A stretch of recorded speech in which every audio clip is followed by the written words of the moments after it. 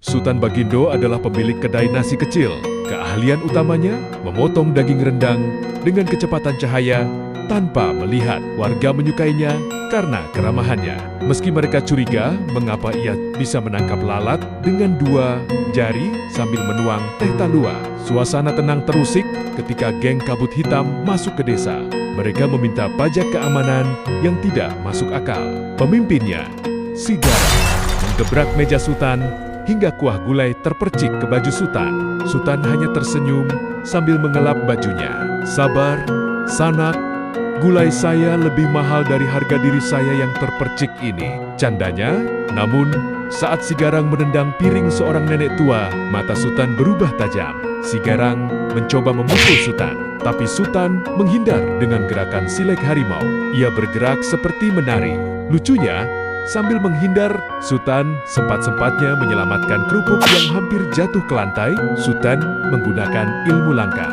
Ampek, penjahat itu bingung karena Sultan seolah ada di mana-mana. Setiap kali penjahat memukul, mereka malah saling pukul sendiri. Sultan hanya berbisik, "Hati-hati, nanti bencong."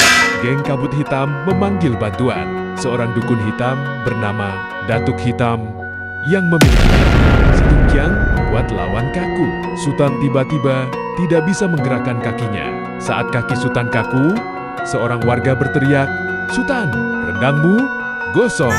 Mendengar itu, kekuatan murni Sultan bangkit karena panik rendangnya rusak. Tekanan batin dan ekonomi mematahkan sihir Datuk Hitam. Sultan mengeluarkan aura harimau. Kampung, suara aumannya terdengar dari dalam dadanya.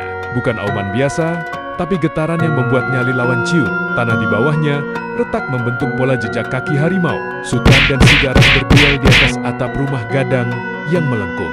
Sigarang mengeluarkan parang besar, tapi Sultan hanya menggunakan selembar kain sarung. "Kain ini belum dicuci 3 hari, baunya lebih mematikan dari parangmu," gurau Sultan. Sultan mengibaskan sarungnya, menciptakan angin puyuh kecil yang menangkap Sigarang. Penjahat itu terputar-putar. Seperti adonan kue, warga menonton sambil bersorak. Beberapa bahkan membawa jagung bakar. Saat terdesak oleh serangan keroyokan, Sultan teringat pesan ibunya, "Lawanlah tanpa menyakiti." Sultan menggunakan teknik sentuhan angin, di mana ia hanya menyentuh titik syaraf lawan hingga mereka tertidur pulas seketika. Pemimpin penjahat jatuh terduduk. Ia menangis karena merasa jiwanya dibersihkan oleh wibawa Sultan. "Ampun Sultan, saya hanya lapar, belum makan 3 hari. Akunya jujur, bukannya di penjara." Sultan menghukum mereka untuk mencuci piring di kedainya selama 1 bulan. Penonton tertawa melihat para preman sangar kini memakai celemek, bunga-bunga sambil menggosok panci. Kedai kembali ramai. Sultan tetaplah Sultan yang rendah hati. Saat ditanya tentang kekuatannya, ia hanya menjawab, "Itu bukan kekuatan saya, itu karena rendang saya enak.